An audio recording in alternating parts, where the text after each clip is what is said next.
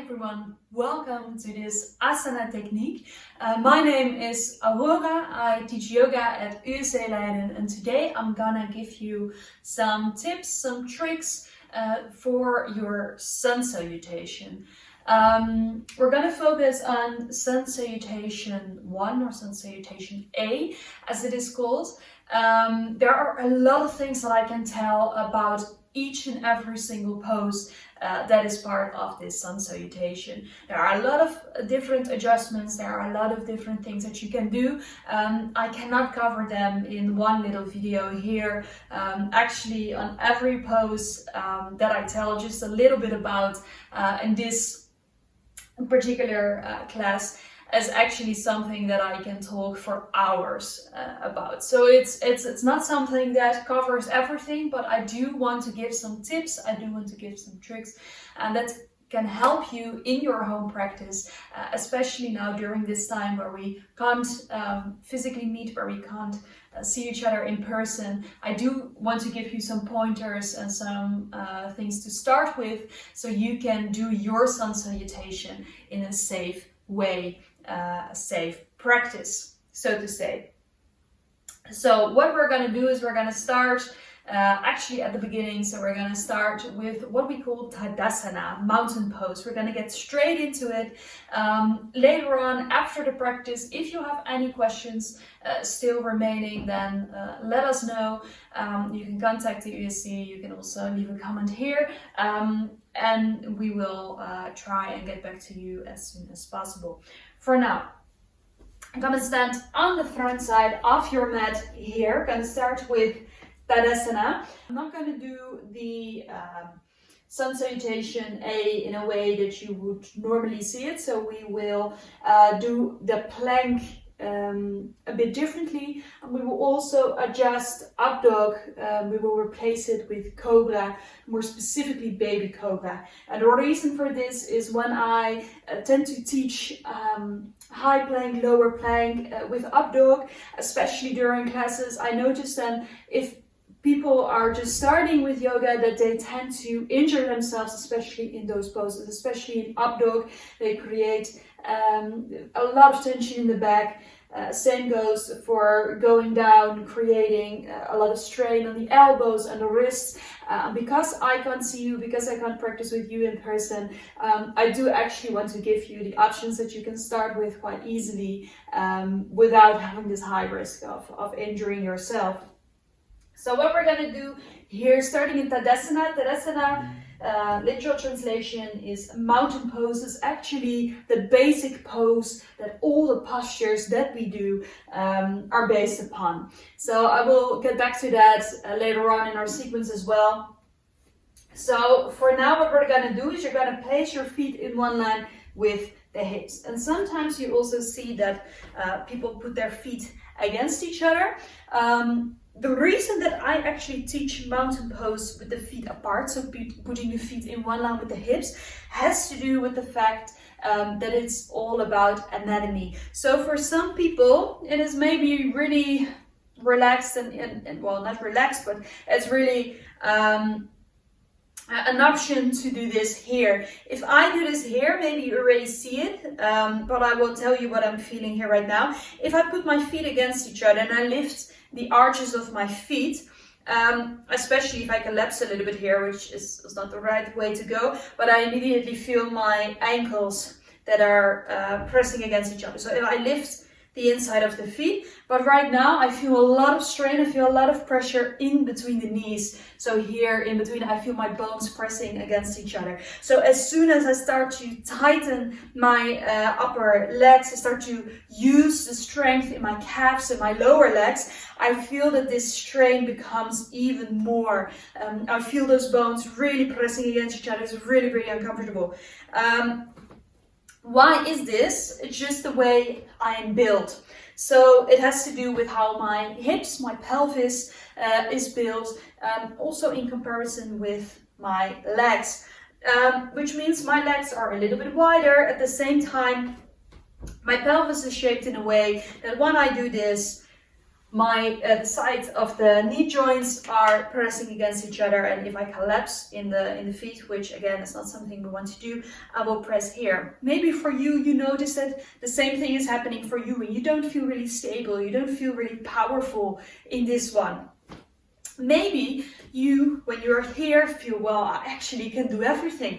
Maybe have a little thigh gap here, and that's all because we are all shaped differently. So it has to do with the way that your body is built. So if you already naturally have a little bit of space here in between, then putting the feet against each other can be an option for you. It can be something that maybe feels really empowering, feels like an option that suits you. But it's not the one that I'm teaching, but of course know that this is an option that you can go for if this is a possibility for your body and it suits the way in which your body is shaped. If this is not the case, or if you feel for whatever reason that this feels better, then you place the feet in one line with the hips. So there where actually the hip bone, the femur as we call it, goes down here, we bring those heels in one line from there. And then from there we're going to start with the toes. So we're going to lift the toes, we're going to spread them all the way out, and then see if you can place those toes down one by one. I'm still practicing that myself. Do it one by one, but see if you can do it one by one as much as possible. And then from there, you notice that your toes are being spread out a little bit more. And what this does actually is create more stability. If you also did the previous Asana technique, that is also on the YouTube channel of USC Leiden, you noticed that I was talking about placing your hands either like this or like this. And asking you, okay, where do we find more space? Where do we find that we have most stability? And it's here. It's creating the bigger surface, creating that surface where we can put actually more weight upon. This creates more space to put weight upon than this. So this will create an easier way to put the strength down. Same goes for the toes. So by lifting the toes, spreading them out, placing them down, we create a bigger surface. Then from here, my ankles have the tendency to do this. I actually have quite flexible ankles, which sometimes in certain yoga poses is really fun, but it also means that I tend to do this with my ankles a lot. So sometimes, for example, maybe you recognize this for the people who sometimes walk in heels. If I place my foot incorrectly, I go like this. So I collapse in the ankle. I'm actually not sure what or how to say this in English. English is not my native language. So I collapse in the ankle here. So especially here, and this goes for all of us, it's really important that we keep lifting the arch of the foot.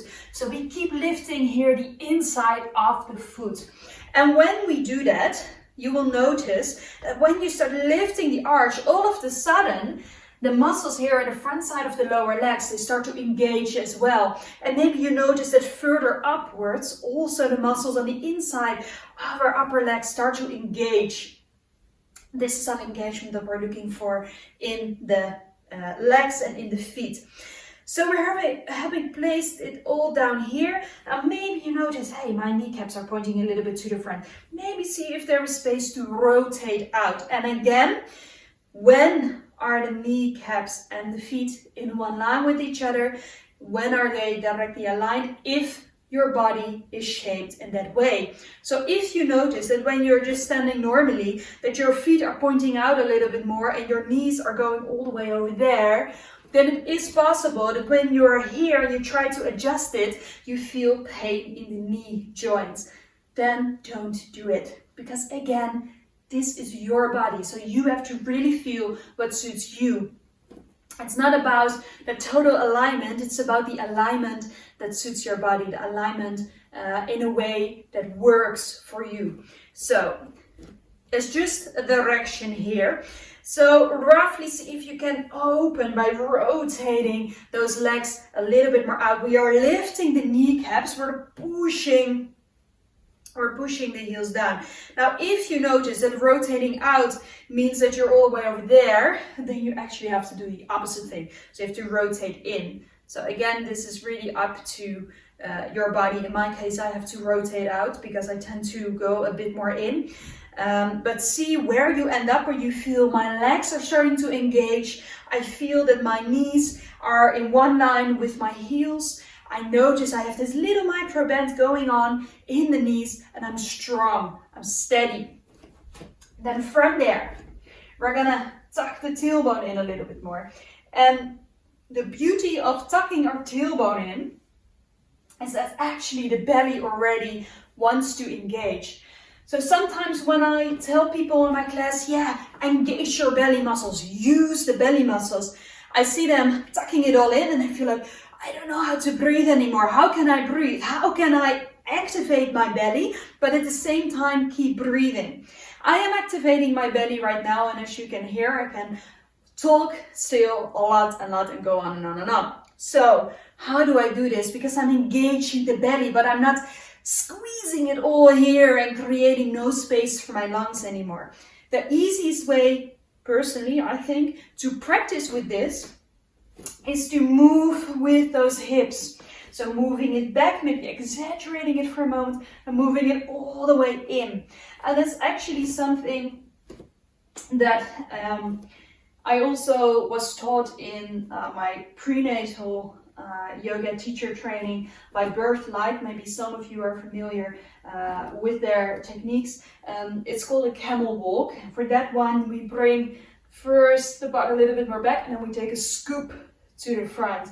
And this is actually the exact movement we also want to create, but then a little bit more actively when we want to engage the belly. Of course, if you are pregnant, especially in your first trimester, you don't want to overdo this. So you don't want to activate the belly when you do this. It's more of a pelvis movement here to release some tension in the back.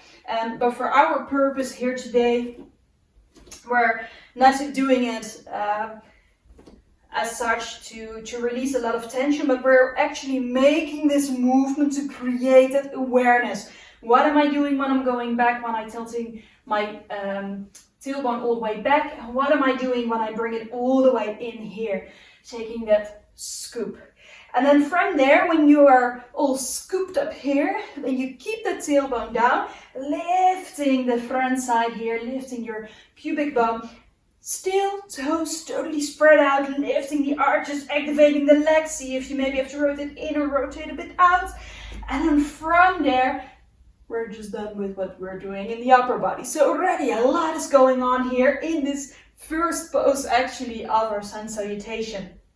Then from there, we're gonna lift the heart, but we keep the tailbone tucked in, lifting the heart, chin in one line with the ground, rolling those shoulders up and down, spreading out the fingers, keeping the chest open, pointing it down, looking to the front. This is a really active pose already. And whatever pose we're doing next, even if we do this, we are in a high plank.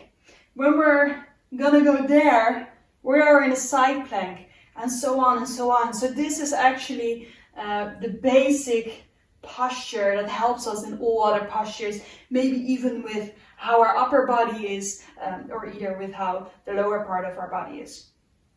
Now from here, on an inhalation, you circle the arms up, and then from there we fold forward. Now one thing that I usually notice that people tend to do is this.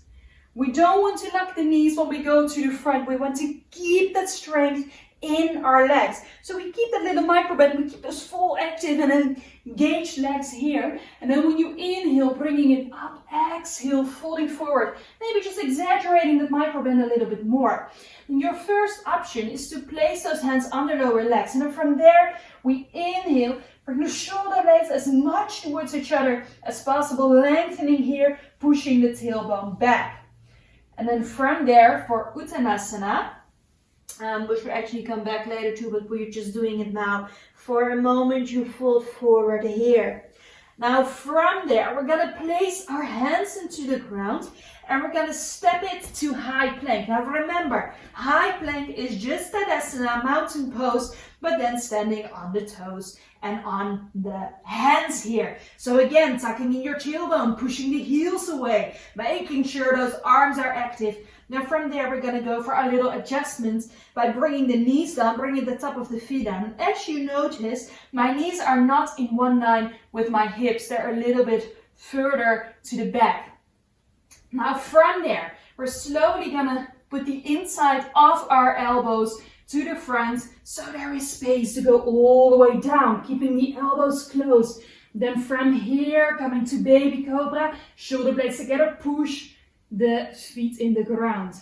So when I'm going to show this again, you notice that there are a couple of things that are really important here.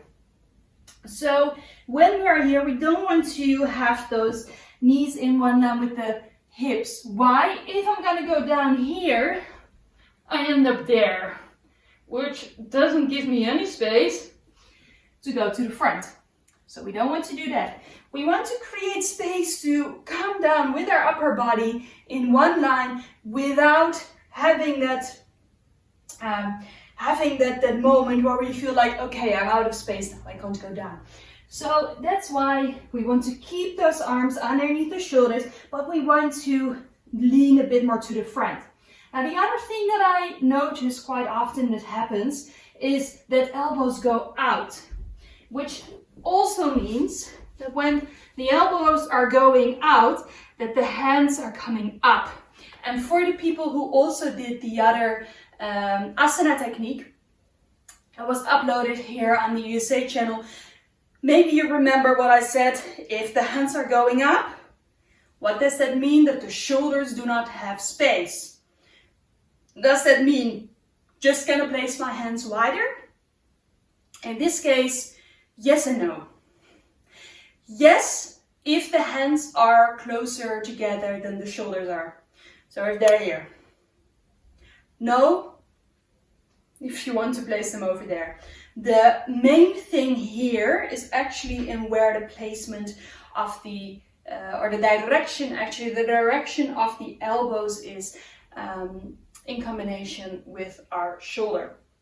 So when we go down, if we bring the inside of the elbows towards each other, once we start to bend, the elbows will go out. Creates quite a lot of strain onto the wrists. If we bring the elbows in, they will go back when we do this. So back, side, back, side. This is not what we want to do in yoga. This is. So if you have trouble with this one option is to just start onto hands and knees, but then put your knees a little bit further away from you here, and then rolling the inside of the elbows to the front, and then from there just start bending, stretching, bending, stretching. You don't have to go really far because you already notice your arms start to work when you do this. Just that bending, stretching, bending, stretching. Just so you become familiar with what is happening when you're doing this. So this is that first option here that you're gonna practice with. Now, at a certain point, if you notice, I think that I do know how to do this. Then again, coming here, maybe first you want to come to high plank, push those heels away, strong arms here, placing your knees, placing the top of the feet. And then from there, going down, down, down, down, down, and roll it up immediately in baby cobra. And then from there, coming down for a moment. I'm going to show one more thing. And this is actually something that is different between teachers. I know that some of my colleagues are teaching it with the legs going up. It's not necessarily wrong. It's just a teaching style that is also an option, or actually that you see a little bit more in fitness. So it's just more of a personal preference. In my case, I will show you what I mean. What I mean is that when people go down, I see feet going up. This is not a style that I teach. In my case, I always say put the feet down, push them down into the ground, from there going down. So the strength is all in your upper body, and it also makes it easier once you go down to push them even more in the ground, so you can lift those knees off the ground. And then from there, activating the belly, activating the back, shoulder blades towards each other. And then we're ready in the baby cobra. And from there, we're going to move back and up, downward dog. So when we're going to do this again, we're slowly going to flow to high plank. We're going to push those heels away. And then from there, placing those knees down, placing the feet down, inside of the elbows to the front, going down, down, down, down, down. Keep it small. Coming here, pushing those feet down, pushing it down, pushing it down. And from there, activating the belly. If I relax my belly, I end up here. I'm still pushing the top of my feet down, but I'm relaxing my belly. If I activate my belly, I come here. So this is all activation in the belly. And from there, going back, curling the toes and up. And you notice that in my case, I always do a little bit of a step here. That's just a personal preference. And then from here, move it from side to side. I will not go in depth into downward dog because I already did that in a previous video. Now from here, we're going to bend the knees, look in between the hands, and you step right, left to the front side of your mat. And then from here, either with those hands onto your lower legs again, you make a table of your back, or if you have more space, fingertips on the ground, and from there lengthening, forward fold into Uttanasana. Now see if you can bring that tailbone all the way towards the ceiling. Do not lock the knees. So this is not Uttanasana. Keep a little bend here. And then from here, breathing in, coming all the way up, bringing the hands up, hands together in front of the heart. And we're gonna do this whole sun salutation a couple of times, so we can really integrate all those different things that I just pointed out. And we're gonna do that together. And then afterwards, we will do a couple of twists, a couple of movements, also to relax the wrists and to relax the rest of the body here. So on your next inhalation, make yourself ready, pushing the feet into the ground, lifting the toes, spreading them out, lifting the inside of those feet, so lifting the arches, activating here the belly, bringing the tailbone in, lifting the kneecaps. See if you want to rotate out or a little bit in, activating the whole legs. And then on your next inhalation, arms go up, exhale, forward fold, choosing your option, table of your back, Ardha Uttanasana. From there, hands go down, step it back, high plank. And then from there, knees down, top of the feet down, bending the arms, strength, strength, strength, strength, strength. Breathing in, baby cobra. Breathing out, butt goes back and butt goes up for downward facing dog. Now from here, bending the knees, looking in between the hands, stepping right, left to the front side of your mat. Breathing in, table of your back. Breathing out, forward fold.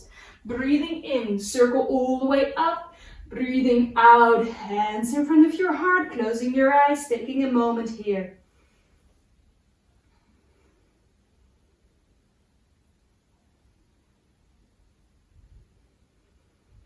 Now from here, on your inhalation, circle all the way up. Check if your body is still strong here. Breathing out, forward fold. Breathing in, table of your back. Breathing out, this time step or jump to high plank. Choosing the option, Nishashin or lower plank if you want to, but see if you want to stay with this one. And from there, going down, baby cobra, downward dog. Bending the knees, looking in between the hands, stepping right, left to the front side of your mat. Breathing in, table of your back. Breathing out, forward fold. Breathing in, circle all the way up. Breathing out, hands in front of your heart, closing your eyes. Next inhalation, circle all the way up. Breathing out, forward fold. Breathing in, table of your back. Breathing out, step or jump it back to high plank. From there, placing the knees, placing the top of the feet, slowly going down here. Breathing in, baby cobra, so the hands are not doing anything. It's all belly and back. From there, moving back and up for downward facing dog. Slowly moving from side to side here. And then from there, next inhalation, bend the knees, look in between the hands, stepping right, left to the front side of your mat. Breathing in, table of your back. Breathing out, forward fold. Breathing in, circle all the way up. And breathing out, hands in front of your heart. Now slowly come and sit down in your own way. And from there we're going to do a couple of twists also to give some relaxation here to the back. So what we're going to do is we're going to roll down all the way onto the back. Bringing your knees towards the chest. Slowly circling the knees here.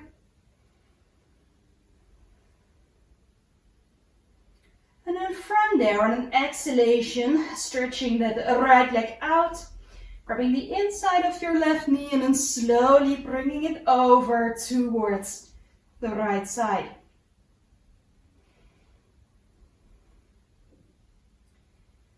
Maybe you want to close your eyes here for a moment.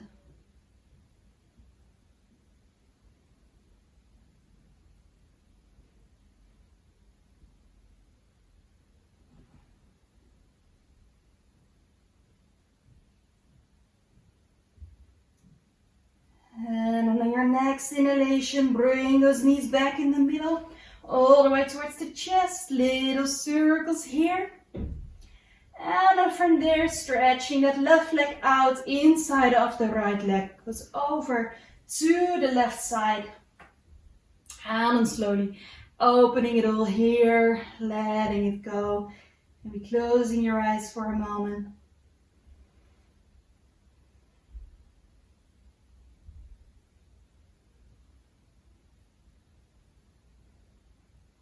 And then from here, coming back in the middle, placing the feet a little bit wider than the hips, dropping your knees towards each other. And then from there, we're gonna stretch the hands out into the air, intertwining the fingers and then pushing those hands away here. See if you can maybe lift those shoulders and then from there, bringing it down, making fists out of the hands here, little circles. From one side to the other. And then shaking those hands out for a moment. And then from there, slowly bringing those knees away from each other, bringing the heels in one line with the hips.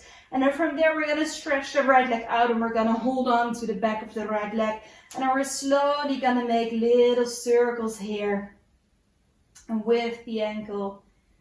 One side and the other side, maybe wiggling those toes here as well.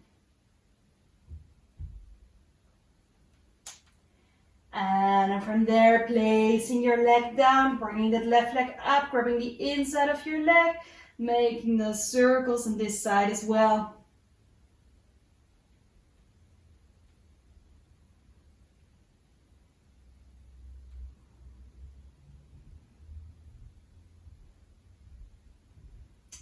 And from there, bringing both knees towards your chest, making circles here with the knees, little bit of a massage for the lower back.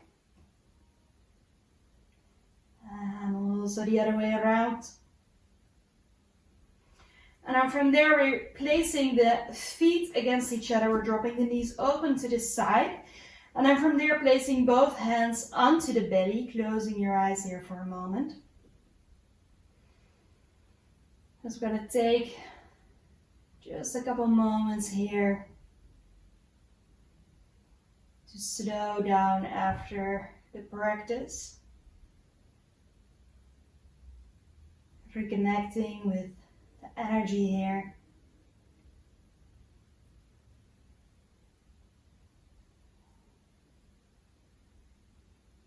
A lot of different details that we addressed, a lot of different things to keep in mind.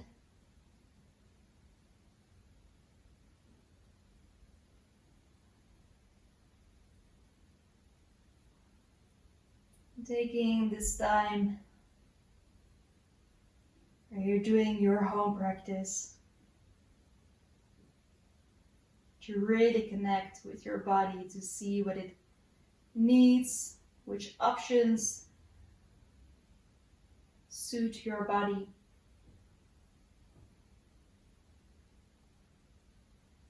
Maybe you're ready to practice a bit more so that when we can meet in person again after this crisis is over,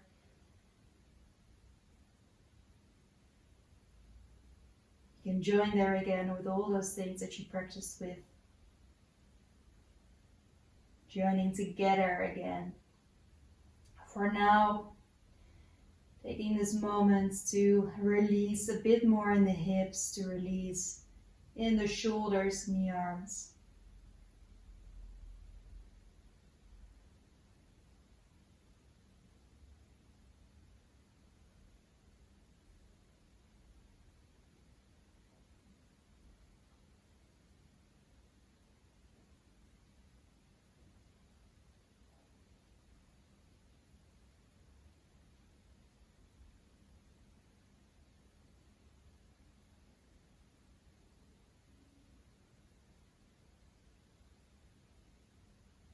And then from there, bringing the knees back together. And then slowly bringing them all the way towards your chest. From there, dropping onto the side.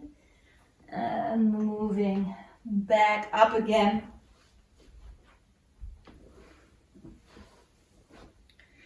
And then from there, see if you want to make a couple of circles here with the shoulders to the front, to the back.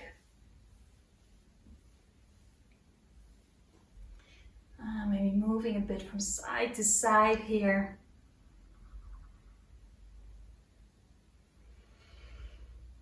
And then I want to thank you for joining this Asana technique. I hope that you have some pointers now on how to improve your home practice. If you're not sure, let us know. For now, I hope I see you soon again. And then I want to end here with saying namaste.